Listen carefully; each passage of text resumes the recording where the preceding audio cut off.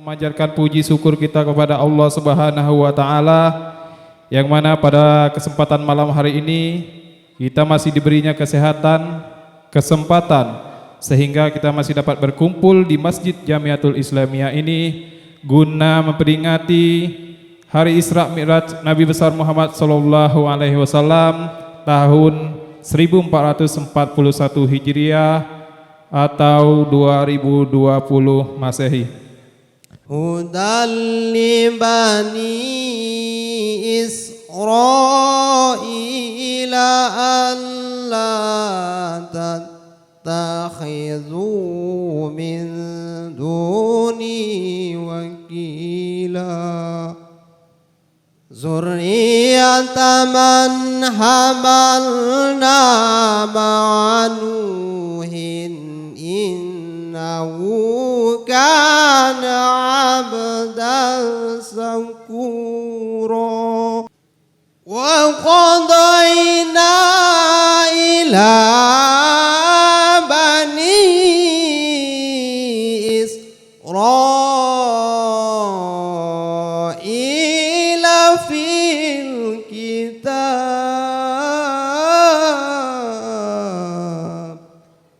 Dengan peristiwa Isra Mi'raj ini kita sama-sama dengar dan sama-sama kita amalkan dalam kehidupan kita. Sebagaimana kami angkat tema, mari kita tingkatkan ibadah sholat agar iman meningkat dan insya Allah maksiat pun akan pergi ataupun minggat. Kita semua telah tahu negara kita pada saat ini sedang dilanda wabah virus COVID-19 katanya tuh, ataupun virus corona. Untuk itu kami himbau kepada bapak-bapak, ibu-ibu, khususnya warga Kelurahan Teratai dalam menyikapi wabah virus ini, kita harus waspada, jangan panik, tapi harus tetap waspada. Dan juga agar kita semua dapat menjaga baik itu kebersihan dari diri kita masing-masing maupun kebersihan dari lingkungan sekitar kita, khususnya lingkungan di rumah-rumah perkarangan kita masing-masing.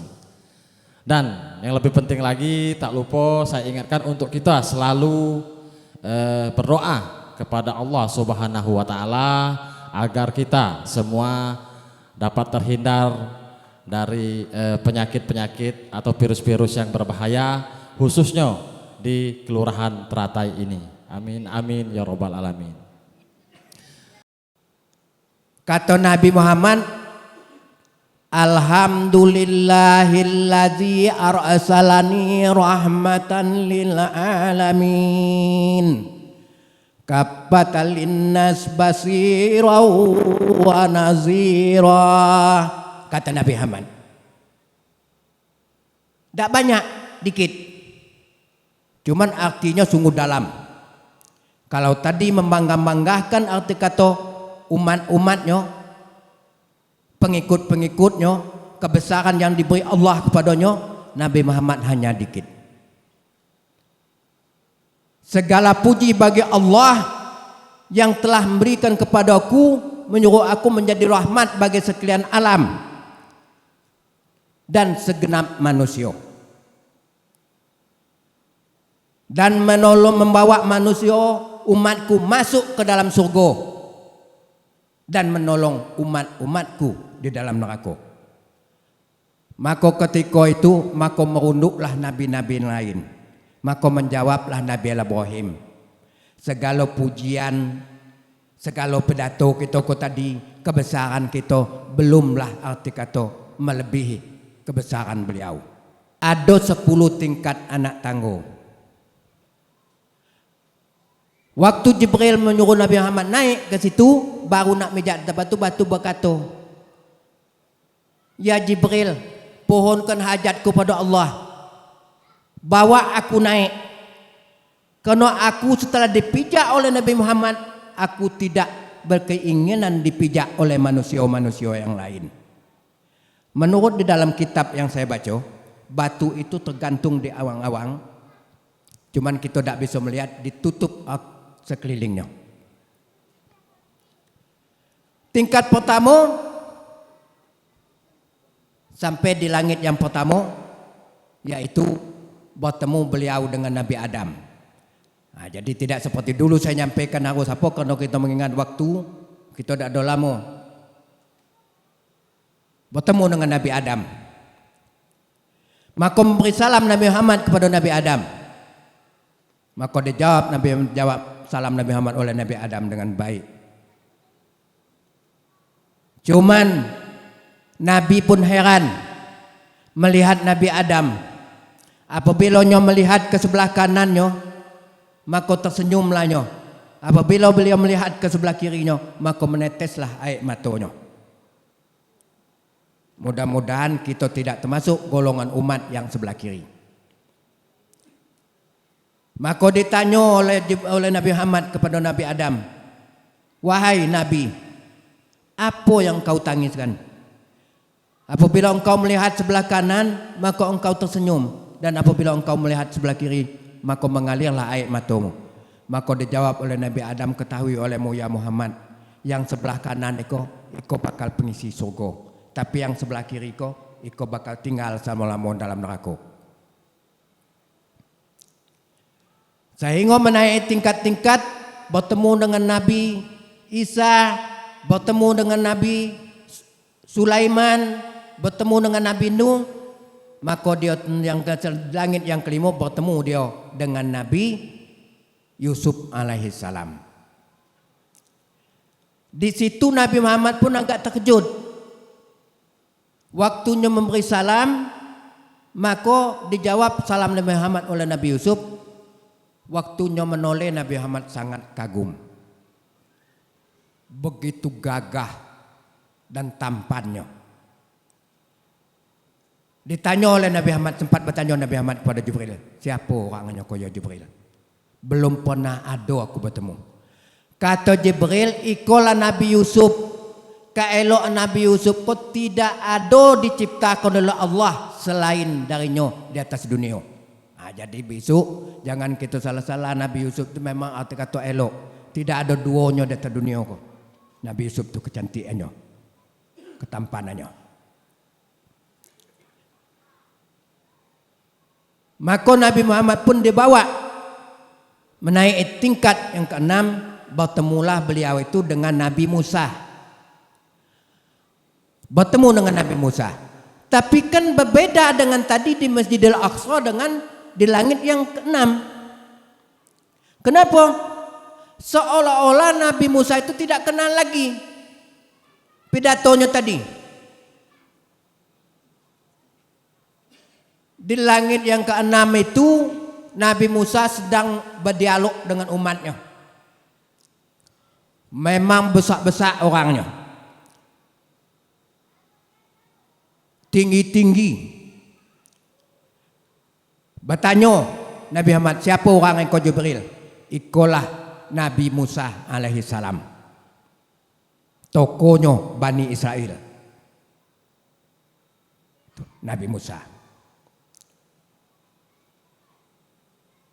Ketika itu, karena Nabi Musa tidak menghiraukan Nabi Muhammad, Jibril berkata, ya Musa, tidakkah engkau ketahui bahwa engkau adalah Nabi akhir zaman? Tak ada lagi Nabi. Engkaulah kekasih Allah, pesuruh Allah. Maka seketika itu nangis Nabi Musa. Nangis Nabi Musa. Dalam keadaan terseduh-seduh, maka kedengaran suara, apa yang kau tangis ya Musa?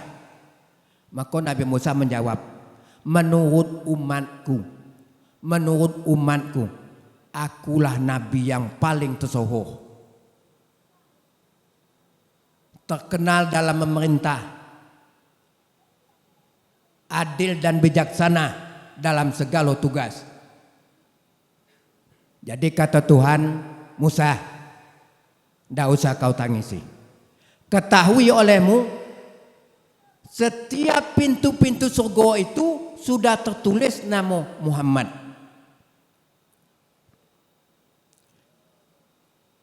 Karena beliau adalah nabi yang paling dahulu, hanya dilahirkan setelah kalian.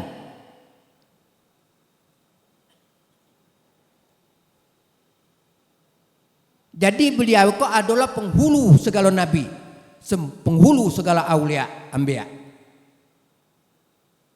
Barulah Nabi Muhammad berhenti. Kemudian Nabi Muhammad beramah-tamalah berceritalah sejarah hidupnya dengan Nabi Muhammad. Setelah itu Jibril memerintahkan Nabi Muhammad untuk menaiki tingkat langit yang ketujuh. Di langit yang ketujuh Nabi Muhammad bertemu dengan Nabi Ibrahim. Di situ Nabi Ibrahim baik pesannya, ya Muhammad, jadikan olehmu anak cucuku menjadi pengikut-pengikutmu. Dan pohon ya Muhammad kehadiran Allah supaya pengikut-pengikut aku kok nantinya masuk ke dalam surga. Nanti akan saya kisahkan di kisah selawat akhir, tahiyat akhir.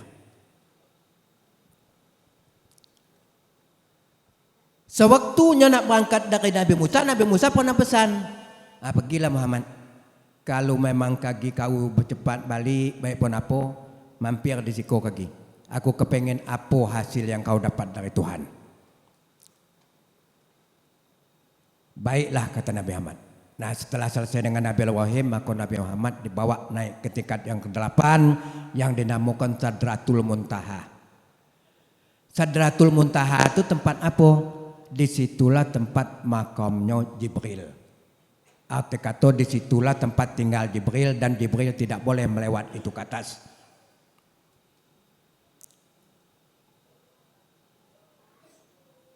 Sesampai di situ Jibril berkata, ya Muhammad, berjalanlah engkau dengan malaikat hijab. Karena hamba tidak diperbolehkan melewat tempat itu.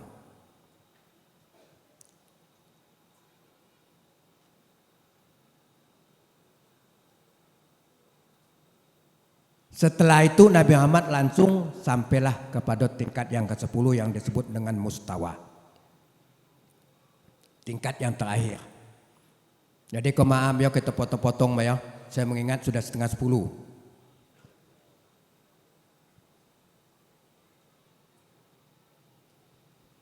Maka di situ Nabi Muhammad membuka kaos kakinya dan dibawa masuk ke dalam mustawa. Sesampai di situ sangat kagum Nabi Muhammad karena melihat tempat yang paling luas, tidak ada batas. Kalau kita melihat ke atas masih ada nampak kata kita langit atau awan. Kalau itu tidak ada, luas plong, tidak ketik batas-batas. Misalnya apalagi kebun-kebun sawit tidak ketik, luas, tidak ada. Maka Nabi Muhammad melihat suatu papan tulis yang sangat besar, lebih besar daripada dunia. Itulah yang dinamakan Lauhil Mahfuz.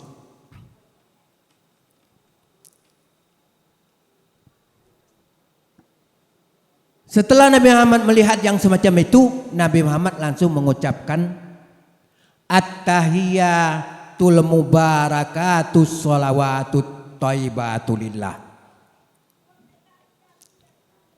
Kedengaran suara yang menjawab. Nah, jadi kita itu mengkolantang kita dalam semayang itu nak hati-hatinya dengan at-tahiyatul mubarakatus sholawatut thayyibatulillah. Hati-hati. Sebab itu perkataan Nabi yang berhadapan dengan Allah. Itu pun baru kali-kali itulah dicetuskan.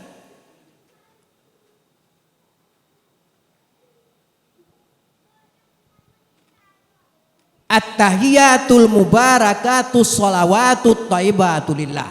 Nah, jadi sholawat jangan kaki selawat. Cepat-cepat dikit selawat.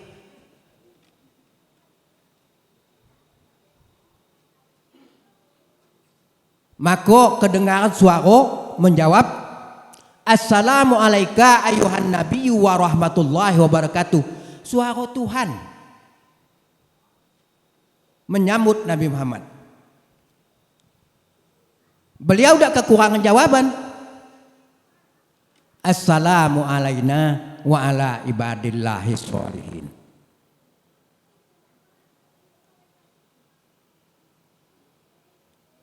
Kemudian Nabi Muhammad menjawab lagi, asyhadu an la ilaha illallah, maka kedengaran suara wa asyhadu anna Muhammadar Rasulullah. Saya kebetulan minta maaf terutama sekali kepada panitia-panitia. Saya kan kini itu jangan dianggap imam, saya cuma ceramah, diundang. Tolong dikit, karena waktu saya sampaikan, saya kepengen kemarin-kemarin itu duduk bersama dengan saya setiap habis maghrib. Apa yang kurang elok didengar? Jangan asyhadu alla ilaha illallah. Jangan asah. Asyhadu Allah. Jangan asyhadu Allah. Jangan. Jadi asyhadu alla ilaha illallah. Sebab saya sering, apalagi mungkin kuping saya yang kurang elok atau suara mic yang kurang elok. Kadang-kadang saya pernah kedengaran sambil lewat. Itu ada kedengaran asyhadu Allah. Nah, itu hati-hati. Iko yang diucapkan langsung oleh Nabi Muhammad di hadapan Allah. Bukan yang dibawa oleh Jibril kepadanya. Kemudian barulah para malaikat berselawat. Allahumma sholli ala Sayyidina Muhammad. Didengar dan Nabi Muhammad macam tu, dijawab dan Nabi Muhammad. Wa ala ali Sayyidina Muhammad.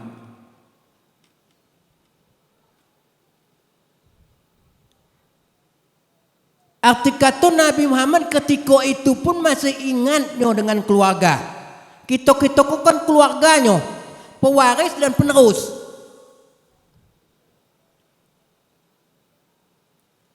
Maka saya sebenarnya ada rasa kecewa.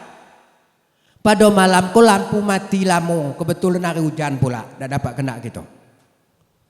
Saya pun bertemu keliling-keliling mobil PLN dalam dusun ko, mencari tandang manu dan konselen. Sebab kita cuma setahun sekali memperingati Isra dan Mi'raj, menyanjung, memuja dan memuji kebesaran Allah dalam melaksanakan perjalanan Nabi Muhammad. Setahun sekali. Saya juga tadi kebetulan lah dulu ada di masjid kok. Saya pun bangga juga dengan adik-adik. Boleh kata bersemangat dalam arti kata mempersiapkan tempat-tempat yang seperti kok.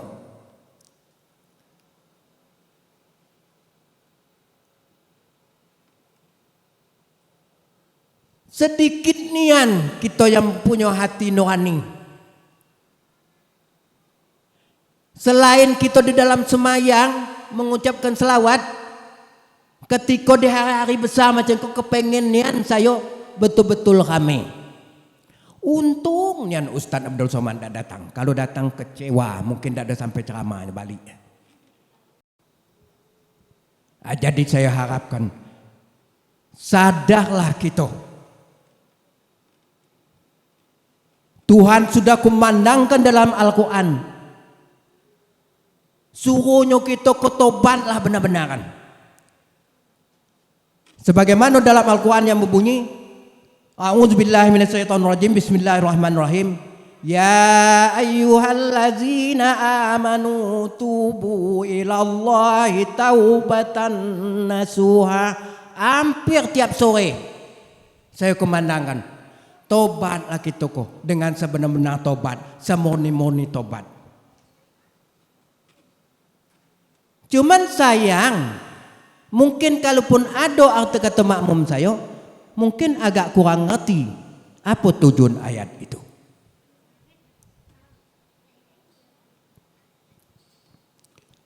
Apa kita tidak sadar buat zaman kini, khusus yang dapat kita lihat di lingkungan kita, manusia tidak ada lagi rasa malu sesama manusia.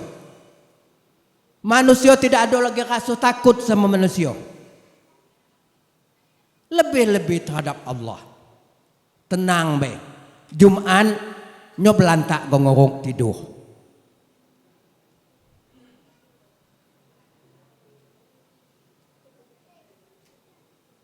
Zuhur nyo belantak go tidur.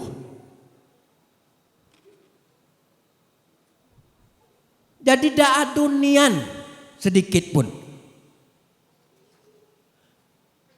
Apalagi yang kita katakan rasa syukur. Kita bersyukur. Mudah-mudahan kita jauh dari hal-hal. Kita udah melihat di Jakarta tuh. Nang kita tengok di TV. Macam-macam musibah. Nang tanah longsor lah. Banjir tak berkesudahan. Macam-macam. Tapi sesuai dengan pola umat. Sesuai dengan pola umat. Kita kok masih pakai tidur malam hari. Jakarta tidak pakai tidur malam hari. Apalagi nanti katakan tukang jajan kui. Itu sampai jam malam-malam. Berjajo terus tiap hotel-hotel.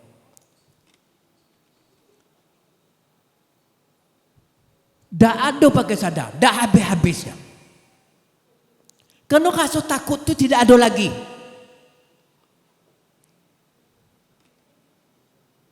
Mudah-mudahan kita mulai saat kok. Saya bahkan mengharapkan dalam suasana virus corona yang kita sebut-sebut kok. Saya sebenarnya kalau orang rumah atau budak-budak rumah nyebut itu saya bencinya. Takut dengan virus corona, tak takut dengan Tuhan. Kalau nak mati tak ada sebab ada corona tu be, terpanuk dikit be, mampus. Seolah-olah itu penyebab kematian. Jangan itu, jangan takut. Semakin kita mendekatkan diri kepada Allah, sebelum ajal berpantang mati. Al-Quran sudah mengatakan Bismillahirrahmanirrahim. Fa iza ajaluhum la yastakhiruna sa'atan wa la yastaqdimun. Apabila ajal kita datang, tak dapat kita tawa-tawa untuk mundur. Begitu juga untuk majuan. Kita lah melihat bermacam-macam. Sayang tak kita dengan diri kita, dengan anak kita. Mati jangan ditakut nih. Tapi sesudah mati itu yang kita takut. Tak usah takut mati. Kamu tengok yang mati-mati tenang-tenang banyak ninggalan kita kok. Perkara kita dalam keadaan ribut virus corona, perkara dalam keadaan sakit, segala macam. Tak ada takut-takutnya ninggal waktu mati-mati, tenang banyak mati. Tapi yang kita takutkan akhir dari kematian itu. Apa cukup mati itu macam keadaan mati ulek bulu weh. Itu yang paling kita takutkan. Nah, kita terus kembali ke kisah Isra Mi'raj. Setelah selesai Nabi Muhammad mendapatkan perintah dari Allah untuk melaksanakan sholat 50 waktu dalam sehari semalam, maka Nabi Muhammad diperintah turun. Sesampai di Sidratul Muntaha, Allah berkata kepada Jibril, "Ya Jibril, bawa Nabi Muhammad untuk melihat surga. Nang elok-elok be dulu, neraka kaki. Surga dulu." Dibawa oleh Jibril Nabi Muhammad melihat surga. Sebelum sampai di surga, Nabi Muhammad sudah mencium bau yang sangat harum, yang belum pernah tercium daknya. Maka ditanya Jibril, dak Nabi Muhammad kepada Jibril, "Mamu apa kau bau apa ya Jibril?" Ikolah baunya Masitoh. Siapa Masitoh itu? Wanita yang pengasuh anak Fir'aun yang dibunuh oleh Fir'aun.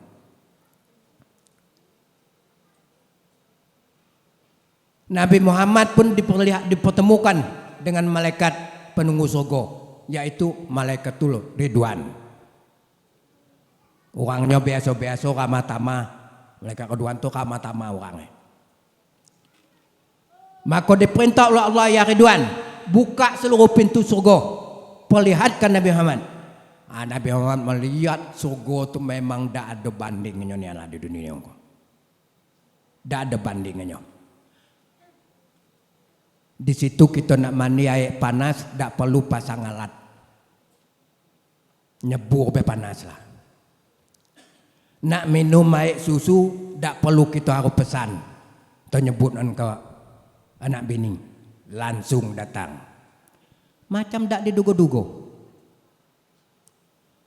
Karena Nabi sudah tahu tadi di dalam perjalanannya pun, di dalam Masjid Al-Aqsa sudah pernah dicontohkan oleh Jibril. Setelah Nabi Muhammad itu waktu menyampaikan pidatonya, Nabi Muhammad itu merasa haus. Maka datang malaikat, maka tadi saya katakan kita foto-foto, bahwa itu 3 gelas air. Tidak ada diperintah-perintah, tahu-tahu malaikat datang, bawa 3 gelas air. Ada arak, ada air susu, ada air putih biasa. Sudahlah dulu sudah saya sampaikan, kaki takut saya kata nak pantas lah gitu kau macam kau. Nabi yang tu dah nak ngabi senyum.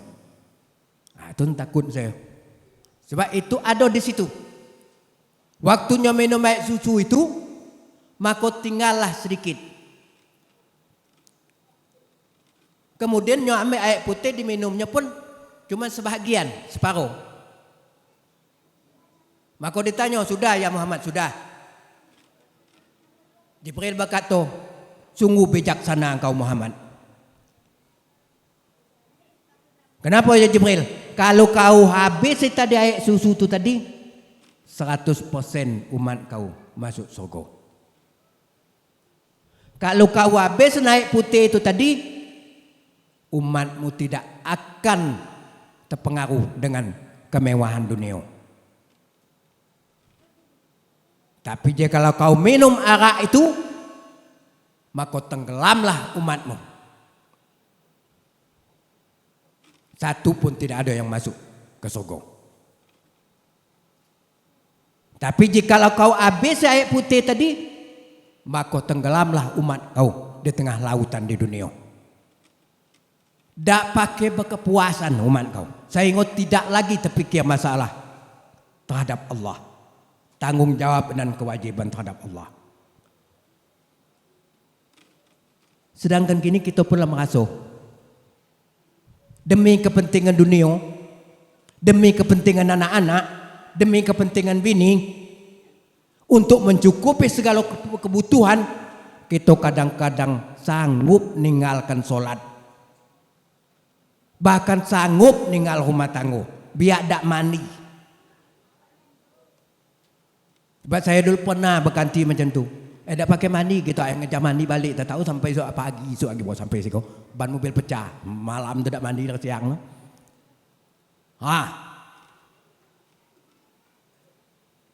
Kalau nak mencari tadi, berangkat pagi,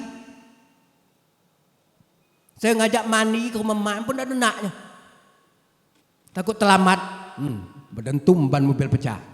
Sama malaman tu di hutan menalur. Sampai pagi baru balik. Itulah lalainya kita, lupanya kita dengan tanggung jawab kita. Tidak ada kita yang punya kepuasan, tapi Allah tidak melarang hal yang seperti itu. Sejauh kita jangan lupa kepada Allah. Bukan jangan lupa tu, yang penting kita ingat, bebek ada semayang, ada apa ingat, Tuhan, Tuhan, Tuhan, Tuhan. Tidak ada itu. Tak kena itu.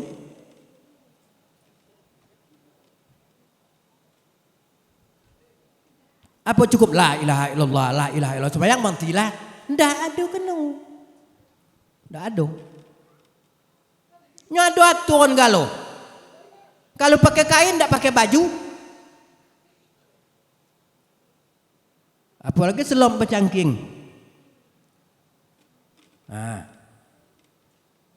Ada aturan, ada yang lebih dipentingkan. Arti kata pelaksanaan ibadah-ibadah yang lain itu sejauh tidak meninggalkan sholat. Sebab kuncinya ibadah itu sholat yang 5 waktu kok. Apabila sholat kita tinggal, maka ibadah-ibadah yang lain itu dianggap nol. Kita rajin bersedekah, rajin apa itu ini, tapi sholat kita enggak. Dihitung juga, cuma macam kata banyak tatal. Nak rego sekian gak tuh bawa balik. Dihitung juga. Maka itu yang utama itu adalah sholat 5 waktu. Maka sholat itu yang paling penting. Bayangkan sholat 5 waktu itu Allah panggil langsung Nabi Muhammad menghadapnya untuk menerima perintah itu. Nah, setelah melihat isi surga dengan segala kemewahan, maka dibawa yang terakhir oleh Jibril Nabi Muhammad masuk ke dalam surga Jannatul Firdaus. Surga itu di atas surga yang lain. Tingkat kemewahannya memang luar biasa. Karena sangat takjub Nabi Muhammad sudah berapa sekot surga yang ditengoknya, makanya melihat surga Jannatul Firdaus itu sangat elok rupanya. Maka Nabi Muhammad bertanya kepada Jibril, "Ya Jibril, iko surga tempat siapa?" Maka dijawab di Jibril, "Iko tempatmu ya Muhammad." Seketika itu Nabi Muhammad meneteskan air matanya.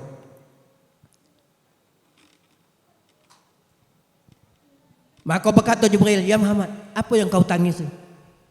Kata Nabi Muhammad, "Kalau semacam iko eloknya surga ko, tempat aku ko, satu pun umatku yang tidak masuk surga, maka aku tidak rela." Itu yang cintanya dengan kita, sayang dengan kita. Tapi kata Allah, setiap umatmu ya Muhammad pasti masuk ke dalam surga.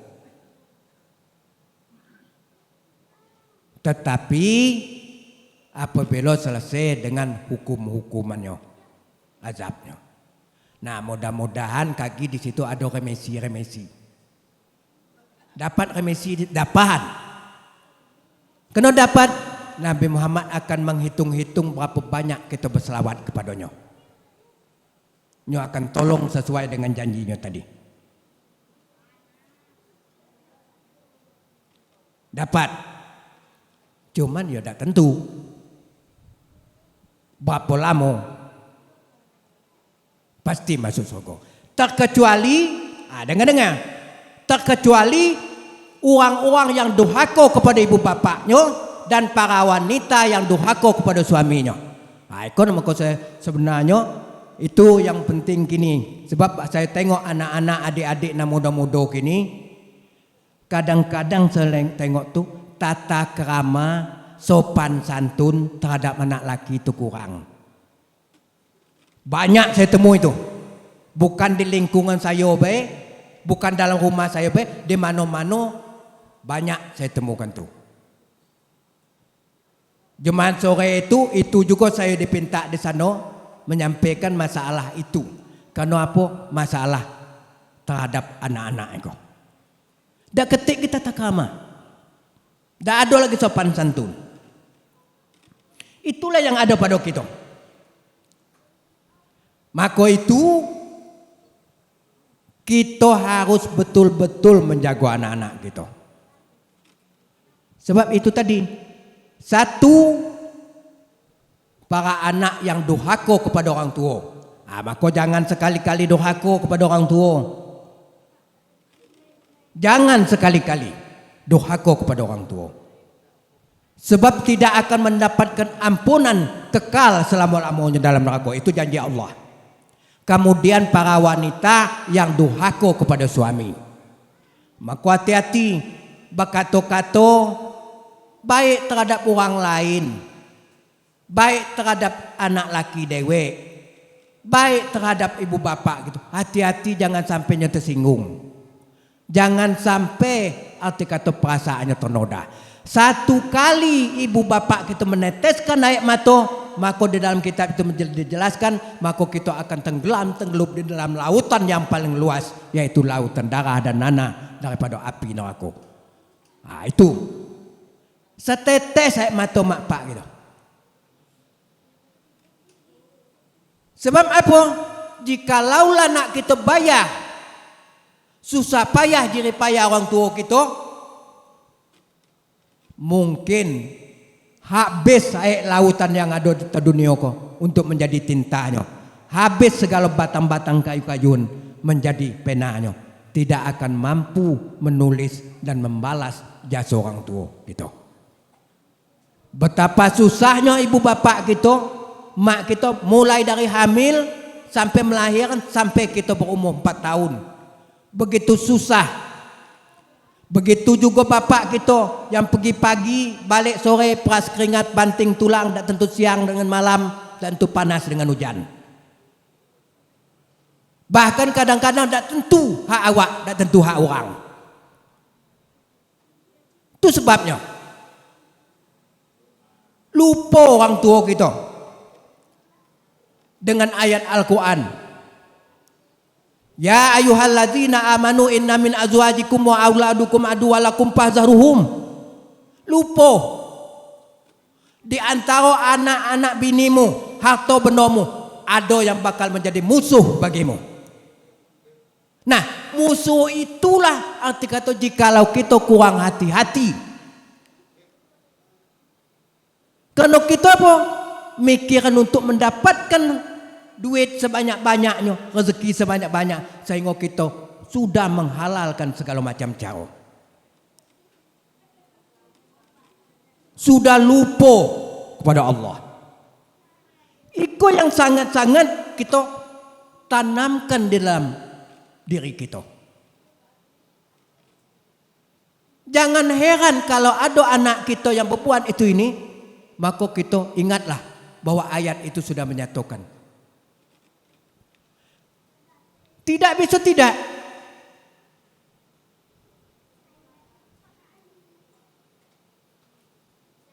Itu yang harus betul-betul kita dimulai dari malam kok. Ingat-ingat nian kita dengan anak-anak kita. Apalagi kini, boleh katakan sejak tahun 80 pengaruh semakin besar. Semakin besar. Tata kerama sopan santun sudah tidak ada lagi. Berkata saya naknya baik, tanpa tahu orang sakit. Bunyinya nulung tapi nyakitan. Namanya macam tu. Misal, tahu lah ponak-ponak atau dulu saya. Maka janganan kamu berbasing dengan al tu mementanglah nyoeder. Akan sakit. Dia katanya pula eder ujungnya. Jadi kita harus ingat berkata tu hati-hati. Apalagi kini bukan sekadar perkataan lisan, tapi perkataan jari pun lebih parah lagi. Satu kali kita berbuat mengitukan jari di situ sampai kemana-mana pun. Lewat apa namanya ini? HP, handphone. Bukan sekadar perkataan lisan, perkataan jari pun lebih parah. Karena kita kurang hati-hati. Allah titipkan segala apapun kepada kita, naklah kita berhati-hati dalam menyikapi dan memperbuatnya. Pergunakan dengan sebaik-baik. Wajar kalau Allah mengatakan, yang merusak kamu, yang membinasakan kamu adalah kamu dewek.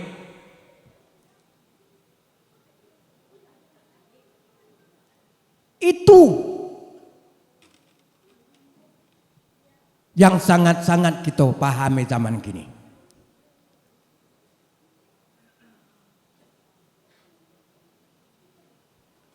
Enak saya nyampaikan, mungkin kamu tersinggung. Itulah dikatakan tadi, hati-hati dalam menyampaikan.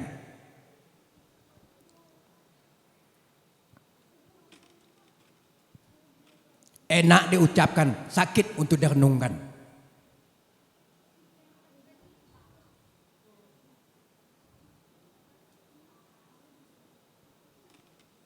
Itu yang membuat kita tadi, apa sebab anak-anak kita pun ikut macam itu? Karena rasa syukur yang kita berikan kepada anak-anak, kepada Allah tidak ada. Sehingga anak-anak merasa suatu yang pernah didapatkannya itu adalah arti kasih sayang orang tua. Tidak pernah hanya mengatakan itu adalah pemberian Allah. Karena kita tidak pernah dengan niat yang baik hanya karena Allah itu tidak ada. Bekerja kita hanya karena Allah. Makan kita pagi hanya karena Allah. Supaya kita kuat untuk berbuat amal ibadah. Tidak ada. Mandi kita untuk membersihkan diri kita menghadap Allah. Tidak ada. Mandi baik. Ngamin baik. Sehingga apa kan dibaca doa amin. Amin. Perkara amin sawit itu dah ngerti lah. Amin. Tapi itu yang saya katakan. Cobalah kita berdoa itu seiring dengan mulut kita mengucapkan, hati kita meyakini bahwa itu akan terlaksana, akan diberikan oleh Allah. Jadi tidak cuma cukup kita baca. Mesti kita harus betul-betul kita yakini bahwa apa yang kita baca itu akan mengharapkan ridho dari Allah Subhanahu wa taala. Nah, terakhir beliau pergi melihat, dibawa oleh Jibril melihat neraka. Nah, di dalam neraka itu pun bermacam-macam. Jadi kepala dinas neraka itu namanya itu Malaikatul Malik. Atau kepala dinas neraka itu Malaikatul Malik. Nah, jadi diperintah oleh Allah, ya Malaikatul Malik, buka seluruh pintu neraka, perlihatkan kepada Muhammad segala isi-isi neraka.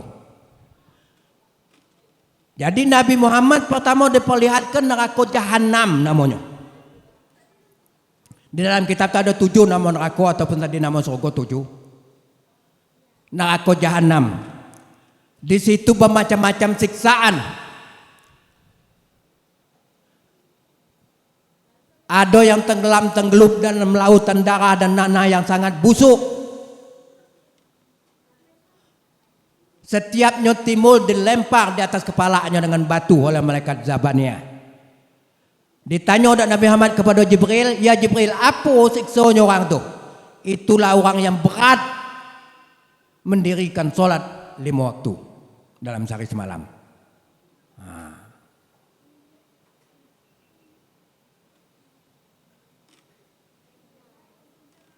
Kita kok apa lagi?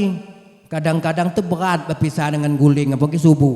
Berat berpisah dengan guling apalagi subuh. Sayangnya dengan guling. Perkara guling itu sejuk. Jangan masih go. Itu yang kadang-kadang kita. Nah, itu besok kita terima.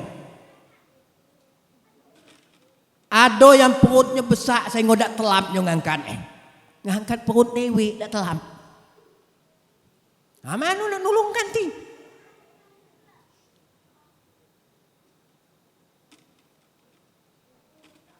Nah, ditanya tidak Nabi Muhammad kepada Jibril, apa siksanya orang itu Jibril? Nah, itulah orang yang makan harta tidak halal.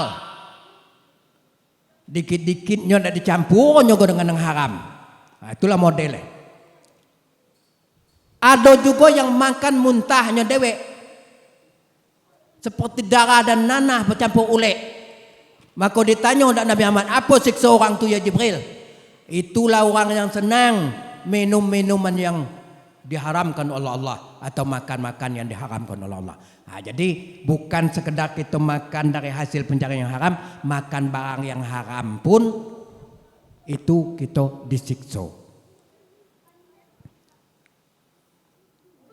Itulah sebenarnya yang perlu betul kita. Kemudian yang dilihat oleh Nabi Muhammad dalam neraka itu yang paling banyak itu para wanita.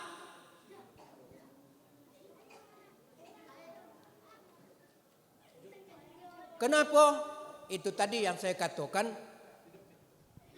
bahwa Nabi sudah menjelaskan memang para wanita itu kurang hati-hati paling banyak. Sebabnya kebanyakan masalahnya. Kalau kita mungkin cuma ke mak pak ke bini dak. Tapi kalau bala lebih enam molan bini ngato bini ya berdosa juga. Nyiksanya ada ukuran. Kalau balik ke rumah nampak rumah itu semak, arti katanya tak mampu meresinya. Besok keran be rumah tu. Jangan nyo dimarahan, separuh jual. Kalau kita tengok meja kursi pun misalnya berdebu, arti katanya tak sempat tak mampu meresinya. Jual. Jangan dipakai memarah. Daripada kita marah, nyo tak juga sempat, itu malah lebih celaka.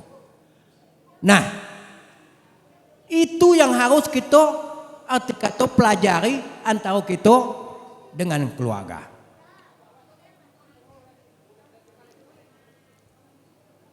Dikenakan setiap arti kata, setiap perbuatan kita akan dicontoh oleh anak-anak cucu kita. Nah, begitu juga ibu-ibu. Itulah arti kata yang perlu kita.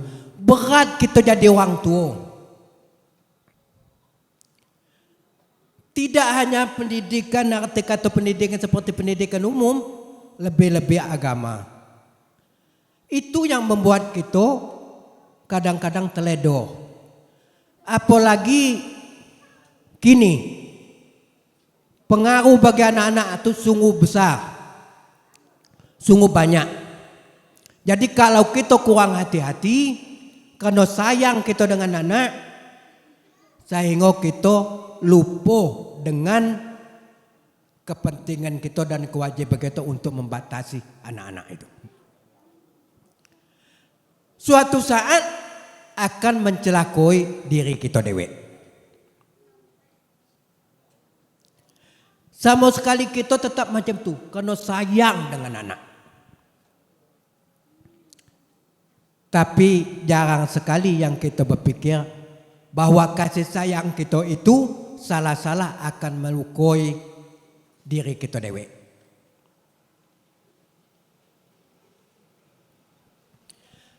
Setelah selesai Nabi Muhammad melihat neraka, maka Nabi Muhammad turun ke tingkat langit yang ketujuh.